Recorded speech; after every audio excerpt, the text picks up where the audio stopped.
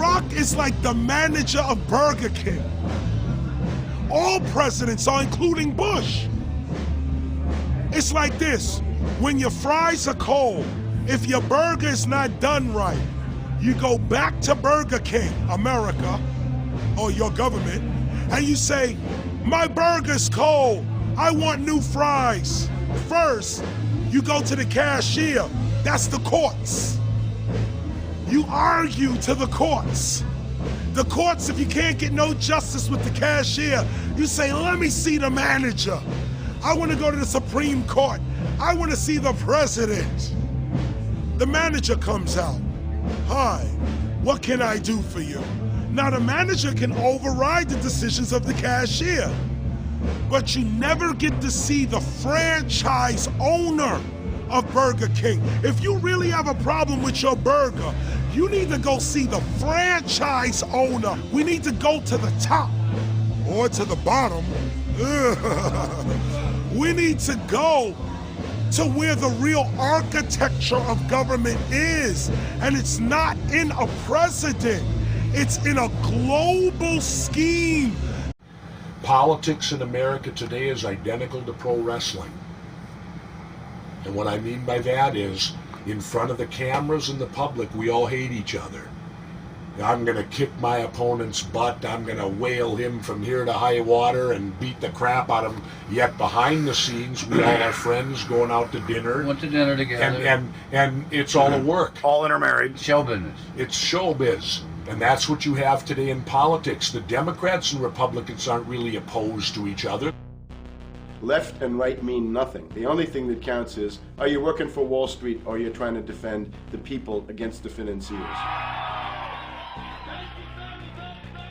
It's pretty obvious that there's some gigantic financial institutions that have been pulling the strings of politicians in this country for a long time. And just the fact that we have it set up where they can donate millions of dollars to these guys' funds, these guys' campaigns.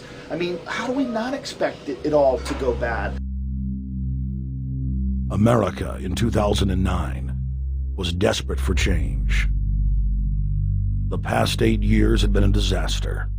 Those weapons of mass destruction got to be somewhere. Maybe under here.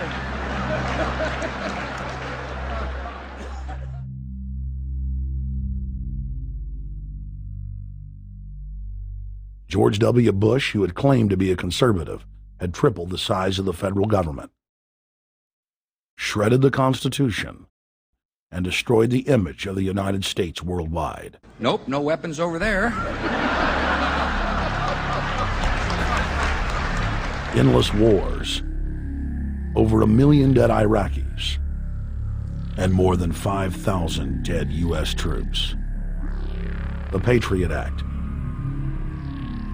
warrantless domestic wiretapping and spying, the end of posse comitatus, the rise of the treasonous North American Union,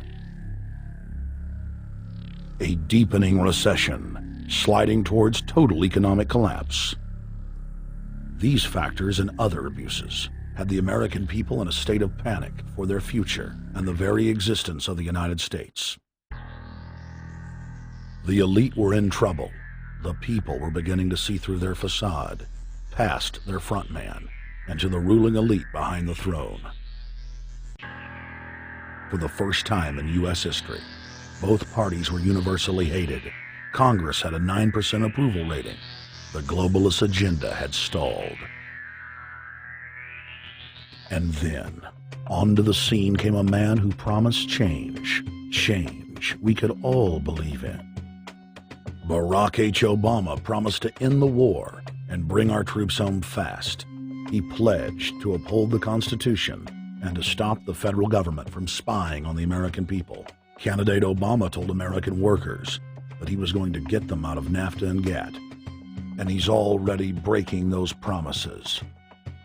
In this film, we will prove that Obama says one thing and does another, and that he works for the very same elite interests that Bush served, the very interest engineering the financial collapse and formation of a dictatorial world government.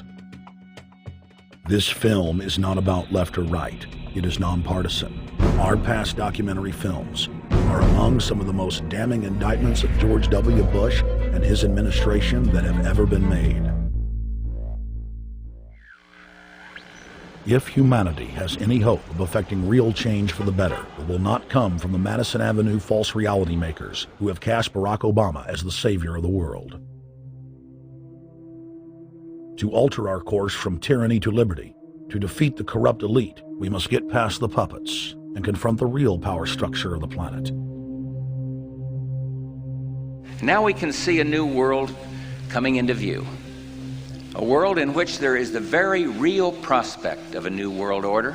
Webster Griffin Tarpley is an accomplished geopolitical analyst and historian. Among his scholarly works are the unauthorized biographies of George Herbert Walker Bush and Barack Hussein Obama. Since Bush the elder made his speech at the United Nations back in September of 1990 talking about the New World Order, I think I've become confused about what's actually going on in the world. The New World Order is a more palatable name for the Anglo-American world empire. It's the planetary domination of London, New York, Washington over the rest of the world. It's hard to get people to join that or think they have a part in it if you call it the Anglo-American world empire. If you call it the New World Order, then people in India or someplace like that or the European Union might think, well, there's something in that for us too. But that's not what it is. It's the Anglo-American New World Order.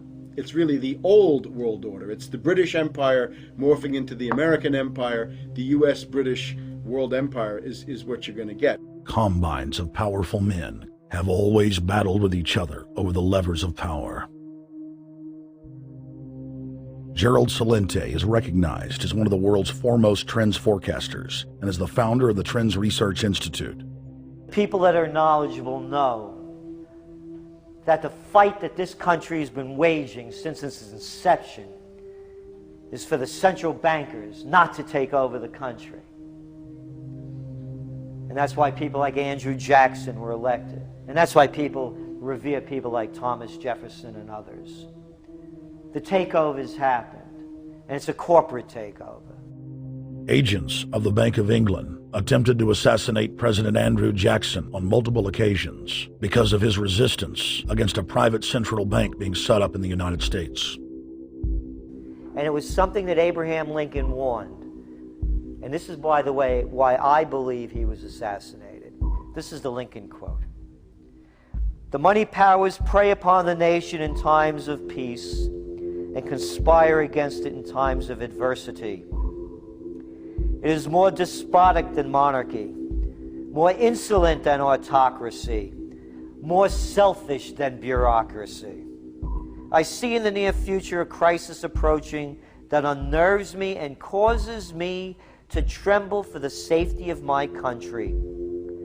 Corporations have been enthroned. An era of corruption will follow, and the money power of the country will endeavor to prolong its reign by working upon the prejudices of the people until the wealth is aggregated in a few hands and the republic is destroyed. Wall Street has killed Main Street. So I know how unpopular it is to be seen as helping banks right now, especially when everyone is suffering in part from their bad decisions. I promise you, I get it.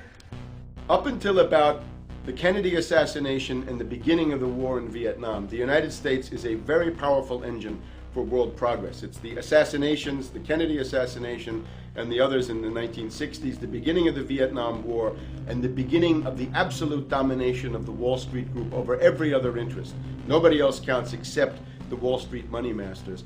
That has now made the United States into no longer a force for progress, but something very different, often a force for destruction in the world. The military-industrial complex has taken over the country along with the Wall Street gang.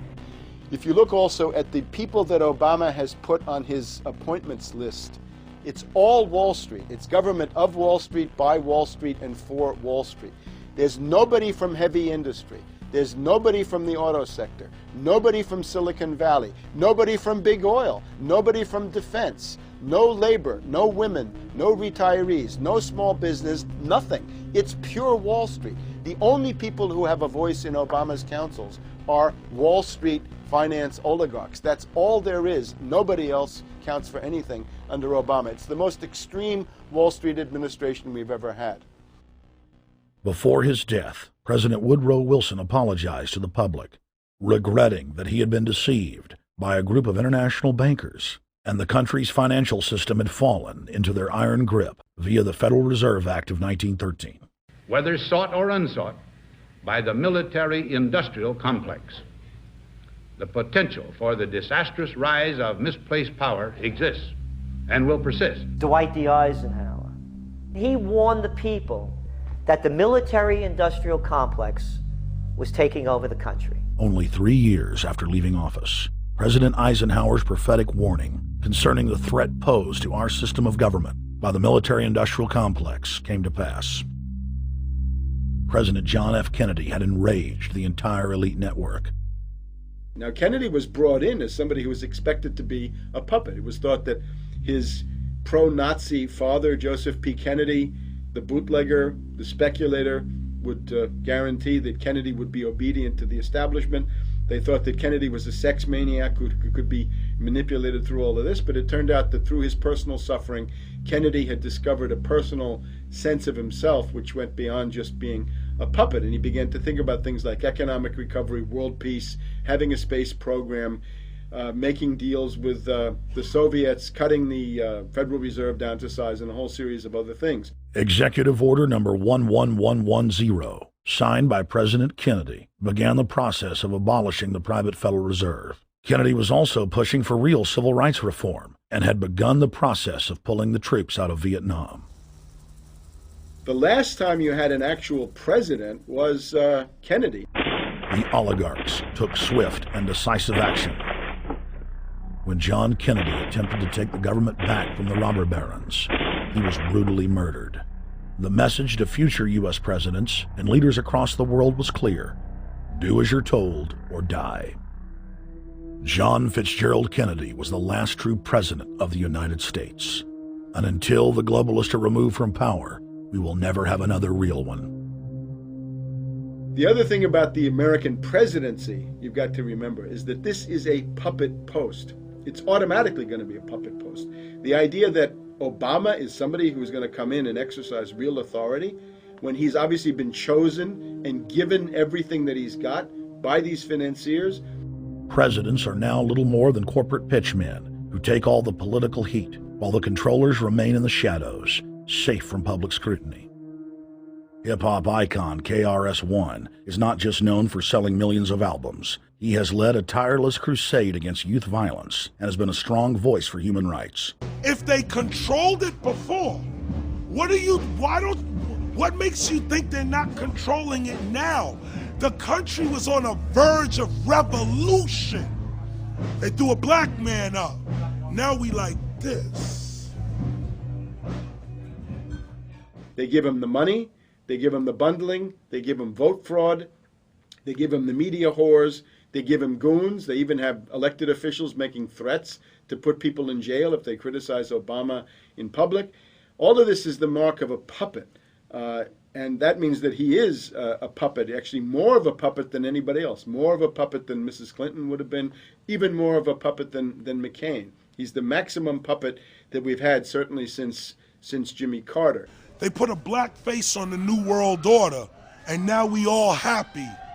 KRS ain't buying it. In the real executive power structure, the president serves the military-industrial complex, itself owned by the international bankers. If there's a revolution, the population just throws out the prime minister or president. The elite stays in power because the public is never aware of who the real enemy is. In Evian, France in 1991, standing before the Bilderberg Group, the apex of the world government power structure, David Rockefeller defined the New World Order as a system of world government serving the international banking elite. For decades, the banker-owned media would attack anyone who dared to warn the public that a dictatorial world government was being constructed right under their nose, and that national sovereignty was being deliberately destroyed. And now, after years of denial, the media and the elite themselves are proudly announcing that not only is world government real, but is the answer to the financial crisis that they carefully engineered. Suddenly, the Wall Street Journal tells us that the North American Union is here, and that getting rid of the dollar for a common currency with Canada and Mexico is good. The Financial Times of London, published by a member of the Bilderberg Group, crowed that a dictatorial world government had been kept in the shadows for our own good, and that it was now time for it to emerge from behind the curtains of national security. White House Chief of Staff Rahm Emanuel stated on record that they can't let this crisis go to waste. You never want a serious crisis to go to waste. And what I mean by that, it's an opportunity to do things that you think you could not do before.